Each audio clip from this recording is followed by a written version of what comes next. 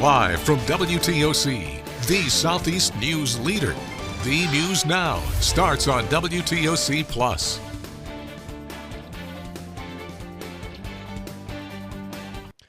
Thanks for joining us here for the news on WTOC Plus this afternoon. I'm digital anchor Jude Binkley. We do start with a traffic alert. As we've just learned from SPD, they're on scene of a car versus motorcycle crash. I'm going to pull up the traffic map on GA 511 right now. I apologize for that. We don't have any cameras in the area, but we do know that this crash is at the intersection of Largo Drive and Abercorn Street. It happened just about 45 minutes ago. Westbound Largo Drive and Abercorn in that area is shut down, so expect delays on Abercorn. SPD says that the rider of the motorcycle was injured. However, those injuries do not appear to be life-threatening. We will let you know once those lanes reopen. Live from Apologize about that. Continuing with our top stories for the day here on WTOC Plus. The Medgar Police Department is asking you to avoid the area of South Roundtree Street due to a fire. The police department says to avoid South Roundtree Street near the post office specifically, while the fire department deals with a structure fire. Police say they're blocking off the access roads to that area to avoid any potential congestion or backups. We will update you as more becomes available. Well, Chatham County leaders say many residents throughout the region are spending 20% of their income on utility bills. Today, they met with the community virtually to go over the county's energy plan aimed at creating a more sustainable energy future. County Resilience Program Administrator Jackie Jackson says they started implementing solar energy in 9 of their municipal buildings, including the jail, about 2 years ago. Today is the first step in a long journey of engaging with the community. The plan is to meet, discuss, and then present their findings at the state level for funding. Now, a report shows areas west of Forsyth Park, unincorporated Chatham County, south of Hunter Army Airfield, and Pooler are spending more on their utility bills. Leaders of this energy charge are hoping for your energy to get involved across the entire county. What we're trying to get down to ultimately is that neighborhood level. What are some identified efforts, programs, weatherization possibly, where we're helping individual homeowners, that type of thing, through programs and resources that could lessen that burden on the homeowner. We do have a link to a public survey available for the next month where they will post about upcoming meetings. That's all linked in our web story at WTOC.com. In state news, Fulton County leaders are firing back after hundreds of boxes at the elections office were seized by the FBI. The search is connected to the investigation into Georgia's 2020 presidential election results. Fulton County officials say the FBI made a surprise execution of a criminal search warrant swarming the elections hub for nearly 8 hours. They say they took 700 boxes of documents, including sensitive information. And the president himself to stay the hell out of Fulton County. I meant it then, and I mean it today. As long as those documents were here in Fulton County, in our elections hub, under our care, I was confident that they were safe and secure. Once they left that facility last night in those FBI trucks, I don't know where they are now. I don't know who has them. I don't know what they're doing with them. Are they opening the boxes? Are they stuffing other ballots in there? I have no clue. I can use my imagination. And that was some of what the Fulton County elections leaders said during a press conference we carried just a little over an hour ago at about 11:30. And Niamani Watson with our sister station has more on the FBI raid that set all of this in motion. FBI agents were seen securing the area around the large warehouse at the Fulton County Elections Hub in Union City, loading boxes from the building into trucks. An FBI spokesperson says the boxes contained 2020 election ballots, receipts from the scanners used to tally the ballots, and voter rolls. This is just unacceptable, and we are following the law, but we will defend Fulton County votes at all costs. Fulton County commissioners expressing outrage. This is meant to make people afraid to go to the polls because midterm elections are going to be so crucial to course correcting what is going on in our country. The search centers around President Donald Trump's claims that the 2020 election was stolen from him. The FBI co-deputy director and the U.S. Director of National Intelligence were also seen at the election center during the raid. The Department of Justice and several groups in Georgia, including the State Elections Board, have sued Fulton County to get access to the documents. I think the FBI is going to do their job, and I think it's about time that that people have answers. Well, staying in state news, this is happening right now. More than 100 families are pushing Georgia lawmakers for family-friendly policies.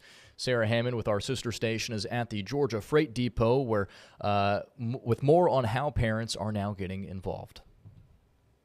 About 200 families from all over Georgia are getting some FaceTime with their lawmakers inside the Capitol today for the 9th annual Strolling Thunder. Parents and their children gathered here at the Georgia Freight Depot before walking over to the state capitol. Organized by the Georgia Early Education Alliance for Ready Students, parents came from more than 20 cities, including one mother we talked to from Augusta. Some of these parents plan to talk about expanding child care subsidies. Others are pushing for investments in health care. Executive Director Mindy Binderman says this is a day for families to share their stories with the people who have the power to make changes. What I love is watching legislators interact with the babies that are their littlest constituents under the Gold Dome. We don't see that very often during the legislative session. And so truly, kids have a voice today. And I think that's so important. Coming up on Atlanta News First at 3, you're going to hear from two mothers, Charnel and Caitlin, who say something needs to be done about the high costs of childcare, and they're calling on their lawmakers to take action. In Atlanta, Sarah Hammond for Atlanta News First. And we will have those updates here on WTOC as well. Efforts are now underway to help give people a way to accurately describe what kind of help they need during an emergency. If passed, Eric's Law would let people with hidden disabilities place special butterfly symbols on their ID. A 21-year-old man in Maryland who has autism created the law. He said his mother taught him early on what to do if he is ever questioned by police, but some of his friends might not know. She told me to put my hands up, call out her number, and y'all, I have autism. And I told my mom I can do that, but I was concerned about others who look like me with a disability would not know what to do. They probably would be scared, they probably be shocked.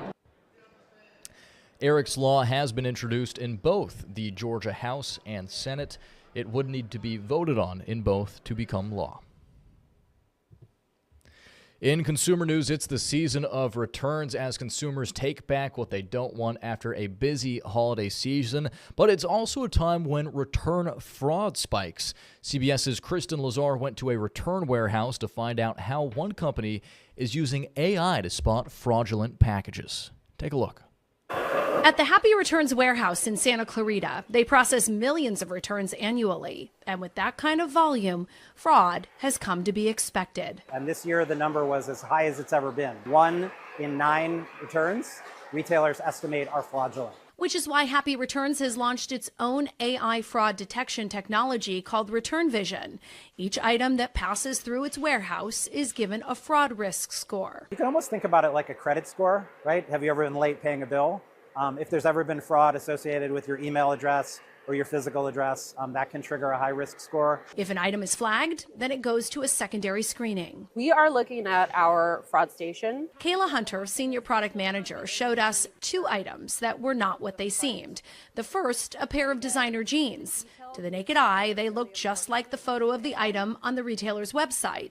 But when AI analyzed the jeans, we try to get everything in frame. Details really matter. It found that the jeans sent back were not the same item that was purchased for $298. So in a case like this, probably what happened is they purchased something much cheaper, put that in the bag, and kept the more expensive denim.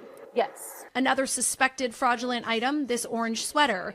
Again, it looks very similar to the item originally purchased. So we'll take a photo of the front. But AI picked up on the difference in color and the pattern of the knit, determining that this too was fraud. We actually found the sweater that was likely purchased by the fraudster, and it was $36.99, far less expensive than the $200 one the customer was claiming to return. Happy Returns will now withhold the refund and send the item back to the retailer. And then that shopper will be red flagged. Yes. In Los Angeles, Christine Lazar, CBS News. Well, you might have noticed that the skies in Savannah have been a little extra noisy and filled with jets for the past 2 weeks. It's all due to an Air National Guard training exercise. It's used to be known as Sentry Savannah, but officials changed the name of the exercise to Sentry South this year. Airmen from across the region have traveled to Savannah to train in offensive and defensive counter-air missions. They're using 4th and 5th generation aircraft like F-18 Hornets and F-22 Raptors to enhance combat readiness and joint integration.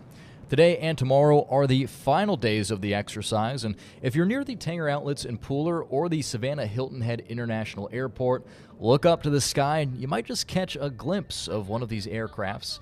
Our Mackenzie Baker stopped by the Air Dominance Center to learn more about Sentry South, and she'll have the details later today during the news. I think we heard him over the newsroom earlier today as well. There was a little bit of a rumbling. I figured it was probably from a Falcon or something like that, but pretty interesting to see, and the more you know just about things going on. All right, finally, this is a story I'm excited about.